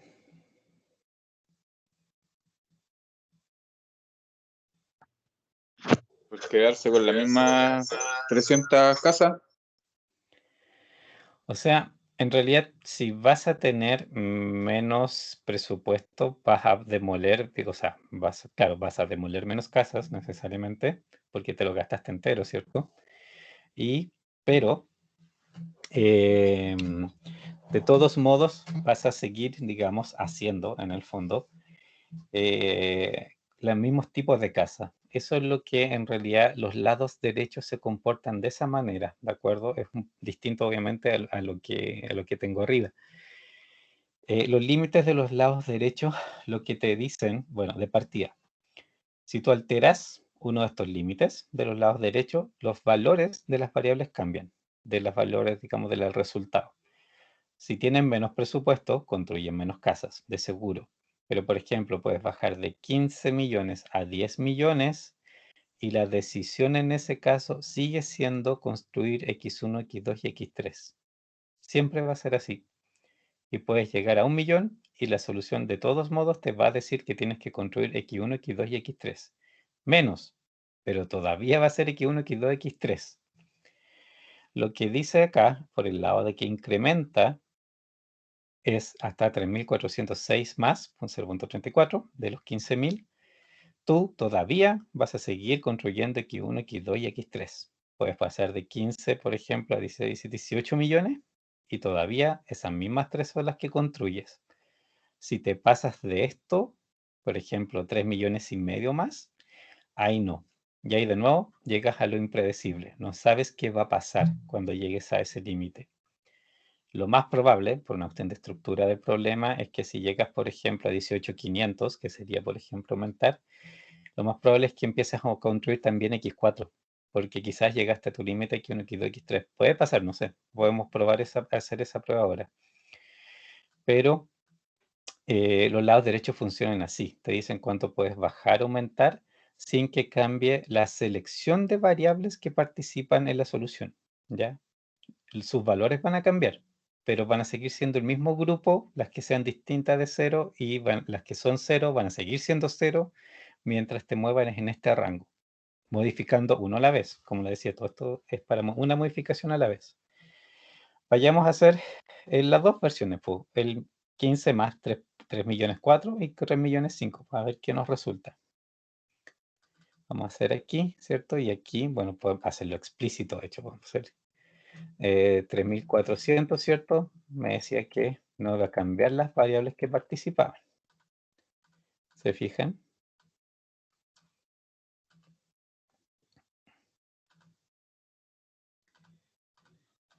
De nuevo, X1, X2, X3. Más, obviamente, fíjense, casi las demolió todas. ¿Te das cuenta? Entonces, probablemente, cuando me pase, ¿cierto? Ahora de presupuesto, las va a demoler todas, ¿cierto? Y algo ahí puede que cambie, algo más.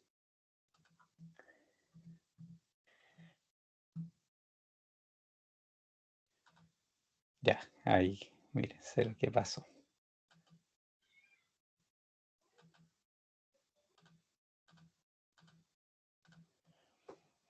¿Qué pasó?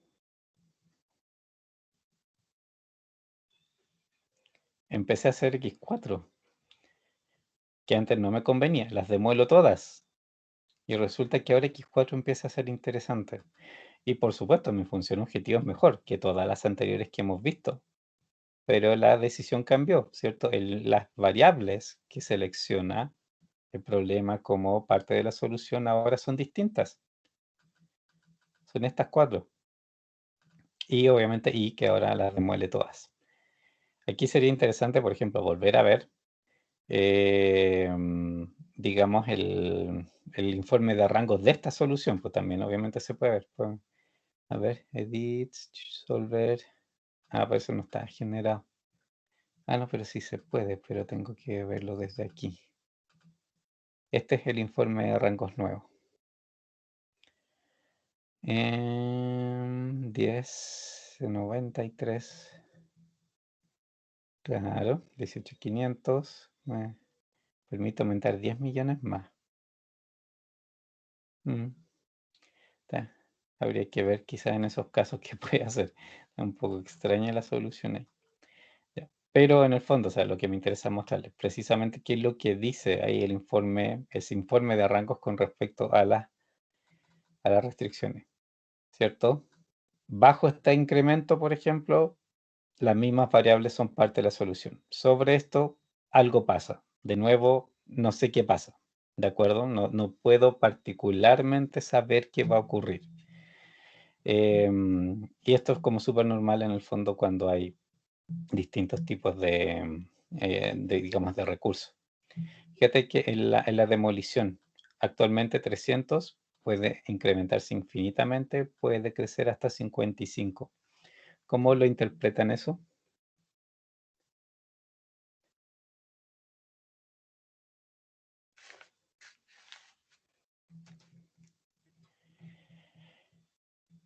Si tuviese más casas para demoler.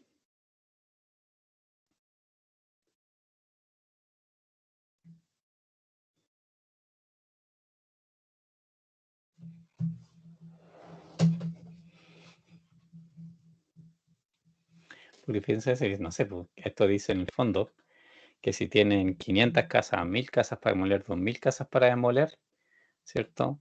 La combinación, la solución va a seguir siendo construir X1, X2 y X3 y no X4. De todos modos va a ser esa la solución. Para decrecerlo pasa algo en realidad distinto. Pueden bajar hasta 55 casas, pero si bajan, por ejemplo, 60 casas, ya que sean 240 las que tienen para demoler, entonces en ese caso ya no conviene tanto hacer X1, X2 y X3, sino que va a haber algún cambio ahí. Podemos probar eso también.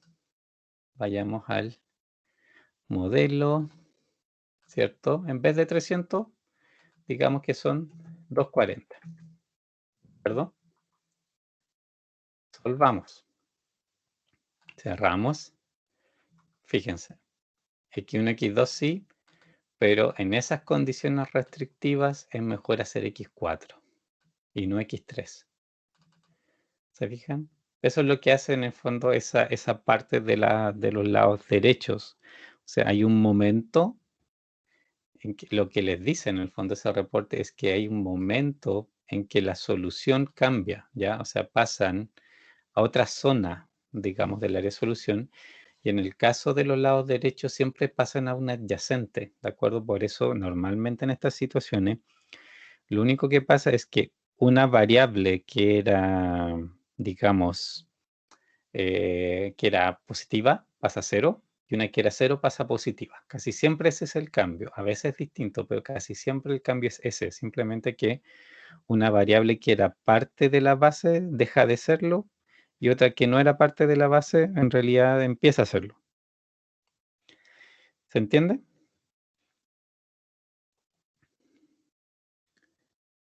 Sí, Sí, ¿no? profe.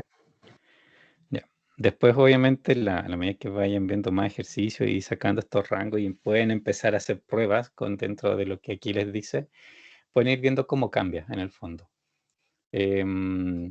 Ahora, todas estas cosas que les estoy diciendo, por ejemplo, se pueden trabajar y se pueden analizar con ecuaciones. O sea, ustedes pueden construir las ecuaciones que les digan, ¿cierto?, cómo moverse o terminar ahí mucho más específicamente la clase de cambio. Pero bueno, ahora por no hacerlo presencial, prefiero no mostrarles porque en realidad es un lío algebraico mayor, ¿cierto?, el llegar a esas ecuaciones en particular. Pero también pueden ustedes crear ecuaciones que le hacen este mismo relato. Y de hecho, las ecuaciones, la gracia que tienen es que ustedes cuando ven aquí el reporte, ¿cierto? Yo les decía que pueden mover una cosa a la vez. Lo que el reporte les dice es si mueven esto, por ejemplo, ok, pueden moverlo dentro de estos rangos y qué sé yo. Si tuviesen las ecuaciones completas, que eso se puede sacar obviamente a partir de la tabla simplex final, ustedes pueden construir una ecuación donde participan todas las variables y saber también cómo se influyen los movimientos relativos. Y ustedes ahí podrían, en realidad a través de la ecuación, saber qué pasa si es que hay un cambio moviendo 2, 3 o 4 variables al mismo tiempo, sin ningún problema. Las ecuaciones permiten hacer eso, el software no. El reporte, o sea, pueden ustedes hacer el movimiento, obviamente, cambiando los coeficientes y volviendo a solucionar, pero el reporte en sí no les ayuda nada en eso, pues tienen simplemente que hacer el cambio y ver qué resultó. En el caso de las ecuaciones, les predice inmediatamente si va a haber un cambio o no. Entonces también pueden eventualmente hacer varias modificaciones simultáneas y saber que eso no lo va a cambiar de acuerdo a la solución o la cambia, pero no se salen de la selección de variables que son parte de la solución. Yo sé que esto suena enredado, si esta parte de análisis de sensibilidad obviamente requiere tener como claro un poco cómo se relaciona todo esto, cómo todo obviamente es parte de una lógica bien, digamos, no diría compleja, pero obviamente todo es súper interrelacionado de cómo las cosas se influyen mutuamente para llegar a una solución. Porque aquí todo afecta a todo en el fondo, ¿cierto? Como que la solución al final es una amalgama de todos los usos de recursos y todos los ingresos y todos los costos que ustedes pudieran reflejar. Y lo que encuentra el modelo al final es la mejor solución dada todas esas complejidades. Entonces, claramente ahí también, a la hora de analizar el cómo se mueven las cosas, tiene mucho de eso, obviamente, también de mucha complejidad de las relaciones que se dan. ¿Ya? ¿Alguna pregunta?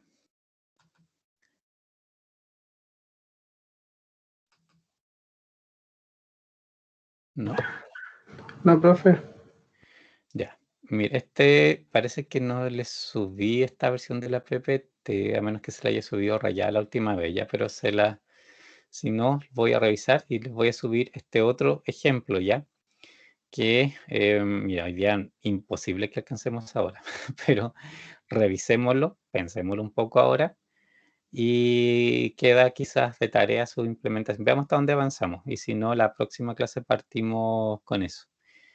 Sí, les aviso, lamentablemente la próxima semana, el miércoles, no voy a poder hacer clases ya.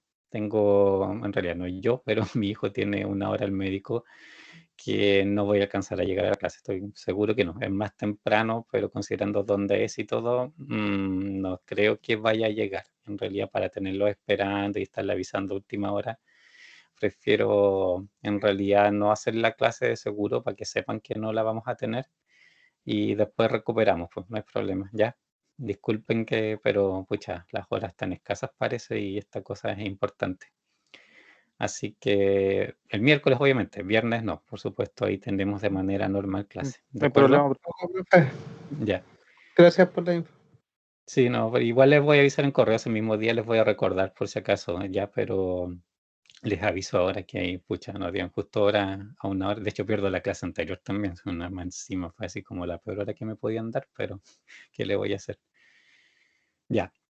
Este ejemplo tratemos de avanzar lo que podamos ahora y la próxima clase, por ejemplo, podemos ver su solución. Es súper interesante, es un tema de producción. En algún momento, este ejemplo fue parte de una evaluación. No me acuerdo si en este ramo o si fue en el anterior en optimización, pero esta fue prueba en su momento. No sé si el único ejercicio de la prueba o si había más, pero este sí salió de prueba. Veamos, la vamos a agrandar para poder escribir. Déjeme ordenarme aquí un poco para poder escribir con facilidad. Ya. ¿Qué dice? Se parece, sí, un problema de producción, pero aquí yo en algún momento se los mencioné, porque tenía ahí digamos, su particularidad que en el fondo lo hacía, no sé si más complicado, pero uno tiene que pensar, digamos, en ciertos aspectos que normalmente, ¿cierto? No se tan, o por lo menos hasta el momento los ejemplos que hayamos visto no habían aparecido, como que mezcla hartas cosas de las que hemos visto. Dice, proceso de fabricación de un producto, ya, por suerte un producto, también podría hacerse con varios, consta de dos operaciones sucesivas, 1 y 2. La siguiente tabla proporciona los datos pertinentes durante los meses de junio, julio y agosto. ¿Ya? Tenemos demanda del producto terminado en unidades, 500, 450, 600, para junio, julio y agosto respectivamente. Capacidad de operación de la operación 1 en horas, 800, 700, 550. Capacidad de la operación 2, 1850 y 700 respectivamente. Producir una unidad del producto implica 0.6 horas en la operación 1. Acuérdense, estos gringos le suelen hacer esto. Esto es 0.6, ¿de acuerdo? Le ponen el puro punto y no le anotan el 0.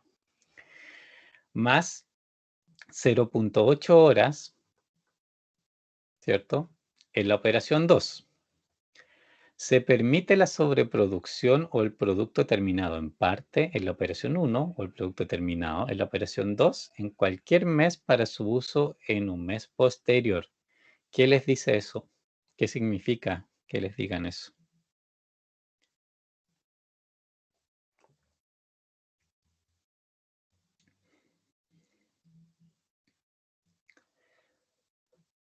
¿En qué se traduce?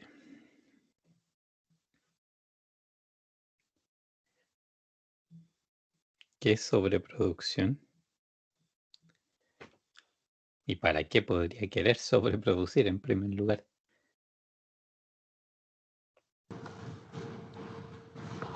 Profe, porque puede que algún mes no sea necesario producir. O al revés. O sea, sí, en parte puede ser, pero tiene más que ver con otra cosa. Podría derivar en que en un mes no produzca, sí.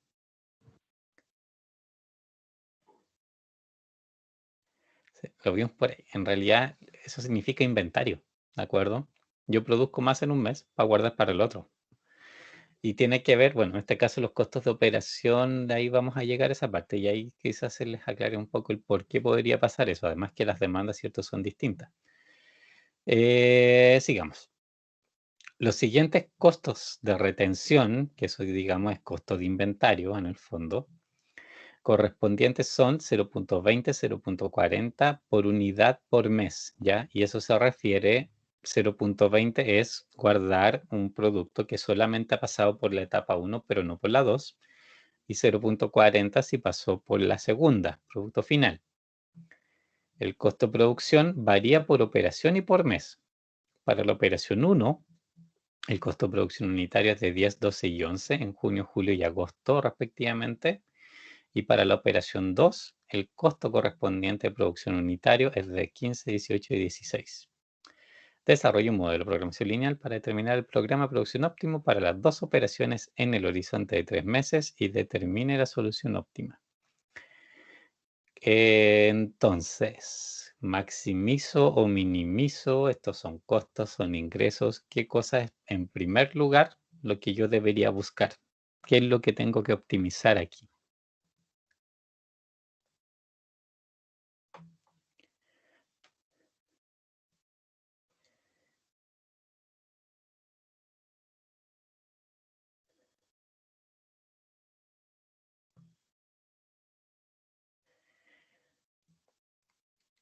¿Tengo ingresos en algún lado?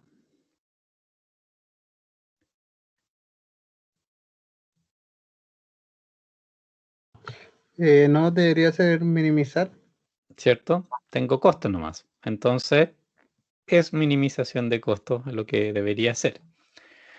Porque tengo los costos de producción por mes separados. Tengo también ciertos costos de retención, que es costo de inventario. ¿Ok? Ya, por ese lado ya estamos bien. ¿Y qué más? ¿Cuántas restricciones ven? ¿Cuáles serían las variables en este caso? Aquí aparece algo como súper interesante que vamos a ver de ahí. Que en realidad es, o sea, en realidad una forma de notación, ¿de acuerdo? Pero que se usa harto, ¿ya? Hasta el momento nosotros hemos usado las inocentes X1, X2, X3, pero aquí en realidad vamos a necesitar más que eso. Y nombrarlas secuencialmente en realidad podría ser súper confuso. Es mejor hacer otra cosa.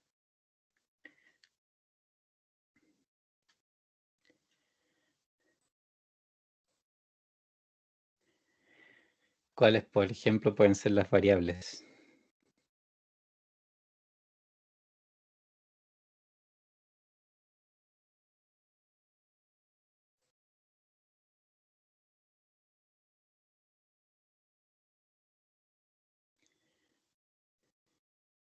Piensen, piensen, piensen. ¿Qué puede ser?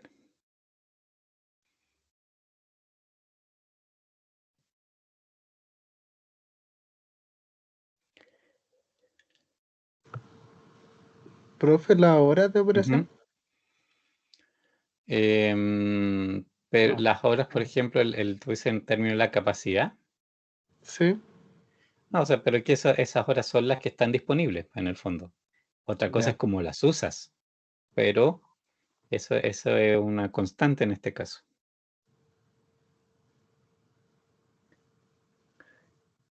En realidad, en ese sentido, es, a pesar de lo enredado que se pueda ver, es súper similar a los otros ejercicios que hicimos, que vimos de producción. O sea, la decisión igual es cuándo produzco de qué cosa. Simplemente es eso, ¿ya?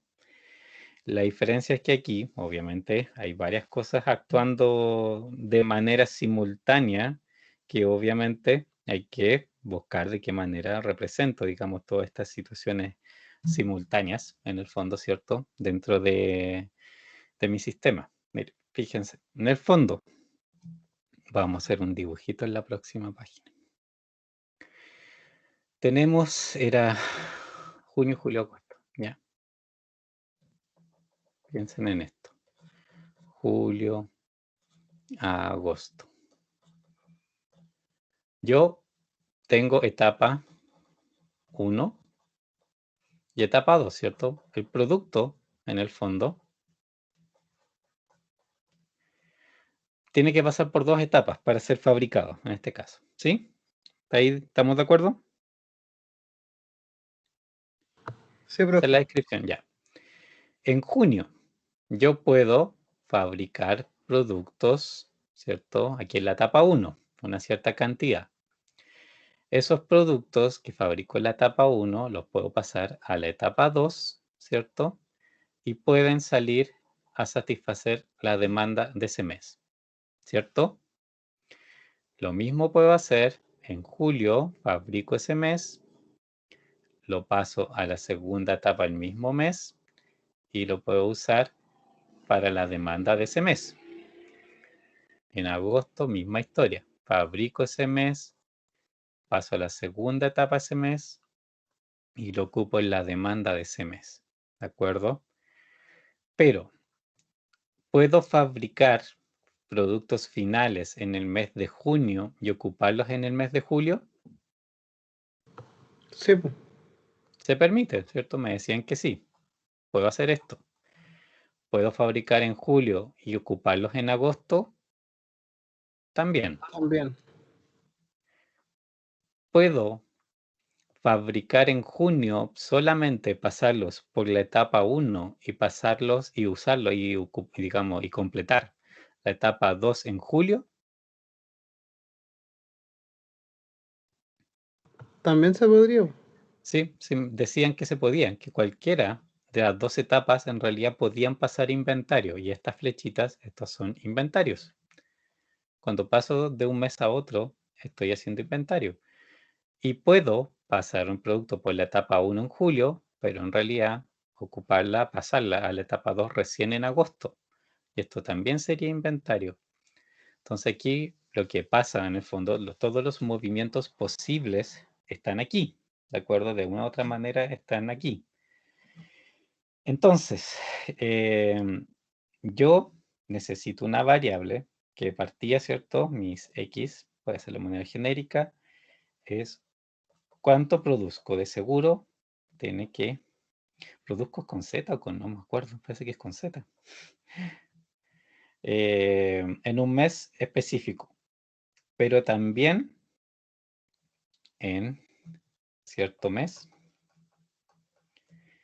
pero también tengo 2 etapas, ¿cierto? Y también al final es en cierta etapa. Las 2 cosas de manera simultánea. ¿Se acuerdan que antes teníamos, por ejemplo, X1, X2, X3, que me representaban cuánto yo hacía en junio, julio y agosto? Ok, perfecto.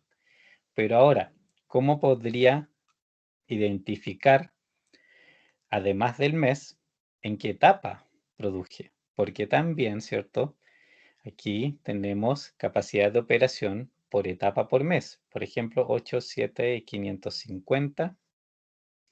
Esto es 800, 700 y 550 horas disponibles ahí. Y lo otro es 1850 y 700. 1800 y 750. No, es que tengo mala memoria a corto plazo, increíble. 700, 850 es al revés. Parezco a Dory. No me acuerdo de nada. Ya, ese es al revés.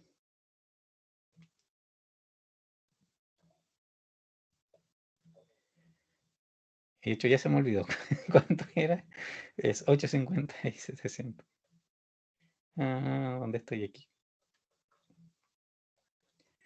Ya, esas son las capacidades. Entonces, sí, mis variables, ¿cierto? ¿A dónde estoy? Me representan el cuánto produzco. Necesariamente, ¿cierto? Ese cuánto produzco está ligado a las capacidades de cada mes que tengo disponible, ¿cierto? No puedo, por supuesto, llegar a producir más de lo que tengo ahí a la vista, ¿cierto? En cantidad de horas. Entonces, ¿qué de partida? Necesito generar una variable que me permita controlar individualmente cada una de estas capacidades, ¿cierto? No puedo decir solamente X1 para un mes completo, porque de partida tiene 2 etapas y cada una con capacidades diferentes. Entonces, mi variable necesariamente debe ser tal que me permita, lógicamente, hacer aquí estas distinciones. ¿Cuál podría ser entonces mi variable?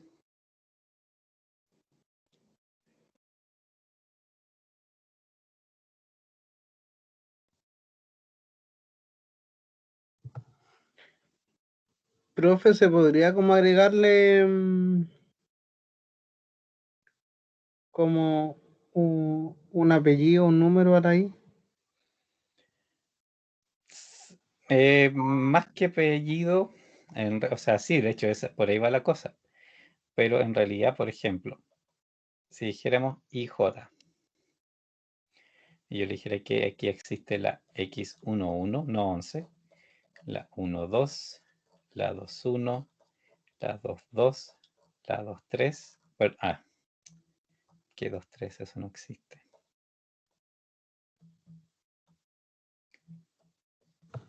La 31 y me carga cuando ya voy a escribir acá porque me está pasando y la 32.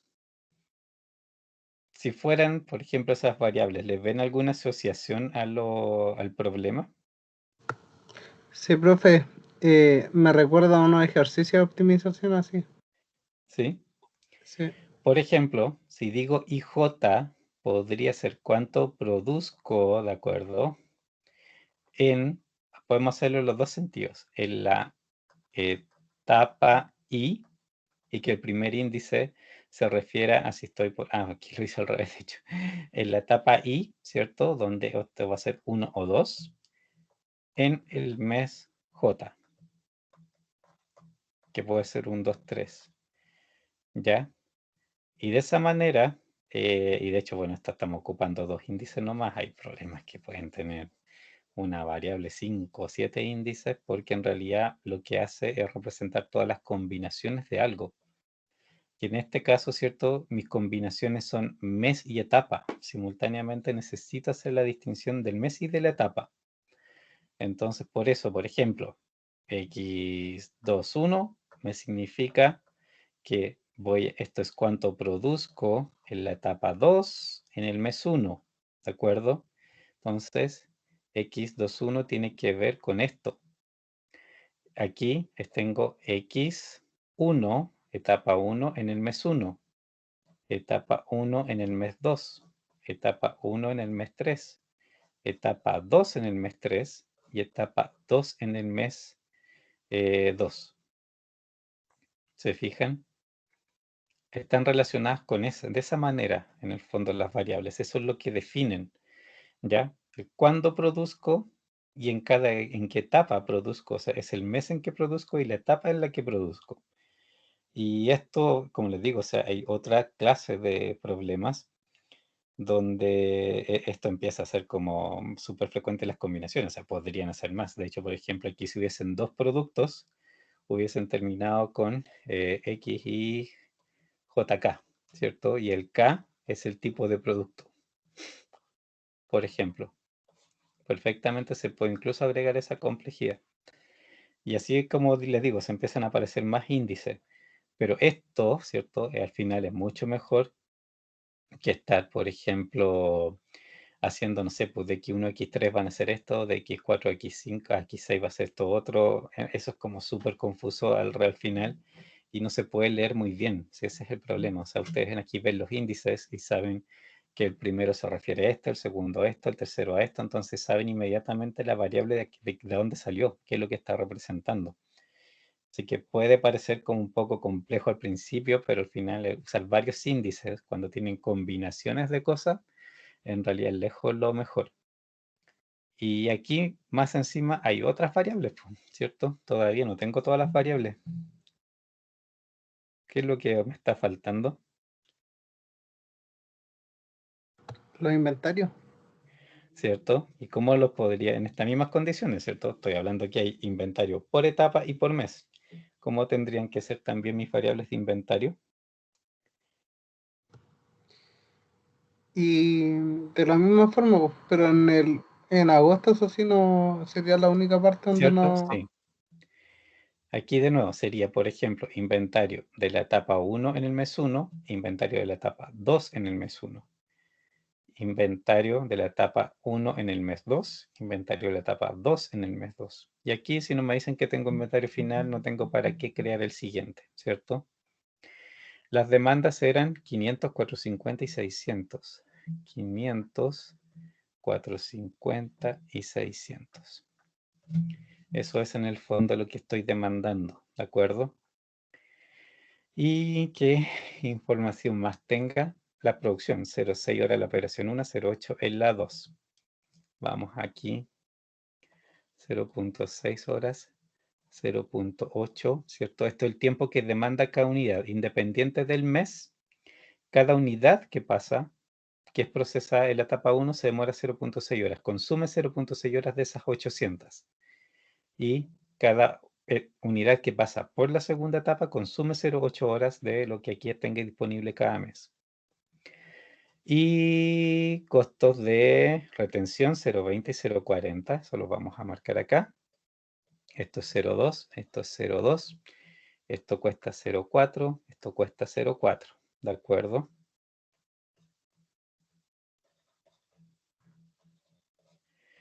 Y lo otro es producción. Para la operación 1, el costo de producción unitario es 10, 12 y 11. Vamos a contarlo aquí. 10, 12 y 11.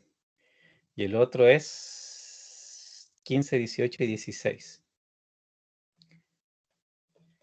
15, 18 y 16.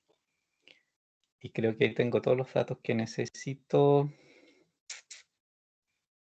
Sí, ya está todo. Con todas esas cosas, ¿se les ocurre cómo hacer el modelo? ¿Ven más o menos para dónde va la cosa? Como en forma de tabla, ¿no? Pero. Perdón. Ya, mire, pausa por tiempo, obviamente ya no alcanzamos a hacerlo, pero les voy a dejar el monito para que la próxima semana traigan ahí un modelo de cómo leen esto. Pero piensen que, y guíense por los otros ejemplos que vimos de producción, que si esto es lo mismo, pero con más etapas, nada más que eso. Simplemente hay que cuidarse del balance entre las etapas. Necesitan satisfacer la demanda de partida, ¿ya? Y ahí tienen, ¿cierto?, los inventarios, o sea, la producción del mes y los inventarios. Y les sirven los inventarios de la segunda etapa, ¿cierto? Porque esos son los que también son de producto final. Y les aparece, y aquí viene, ¿cierto?, lo especial, que existe inventario en la primera etapa. Y obviamente, esto es lo que es importante que se aseguren. La segunda etapa, fíjense, se alimenta a la primera. Entonces, X2,1, por ejemplo, lo que yo haga en la segunda etapa, por ejemplo, en el mes 1, tiene necesariamente que venir de lo que hice en la primera etapa ese mes. No puede, digamos, no tengo de dónde sacar. Necesariamente X2,1 va a depender de X11, pero además X11 puede mandar inventario. Así que obviamente no todo quizás, pero yo no puedo hacer que X21 tenga un valor positivo y que X1100, porque obviamente estas piezas aparecen de acá. Y lo otro, acá por ejemplo, ya el segundo mes, estoy en la situación donde, ¿cierto? Lo que yo produzca en la segunda etapa puede venir de ese mismo mes o bien puede venir del inventario del anterior.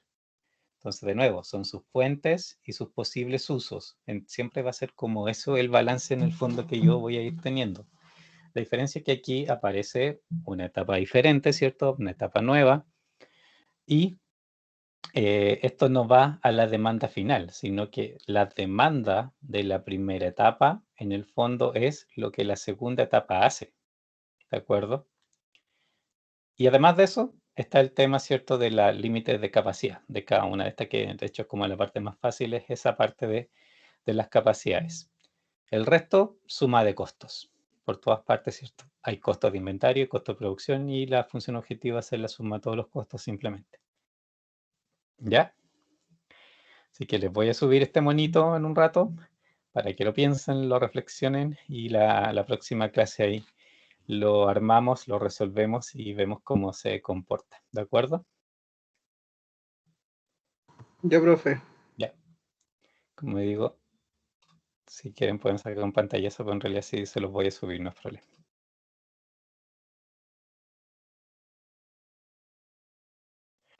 Ya, chicos. No, eso es todo por hoy y nos veríamos la próxima semana. Como le digo, por correo le aviso cualquier cosa, si tengo cambio de plano o lo que sea, pero no creo.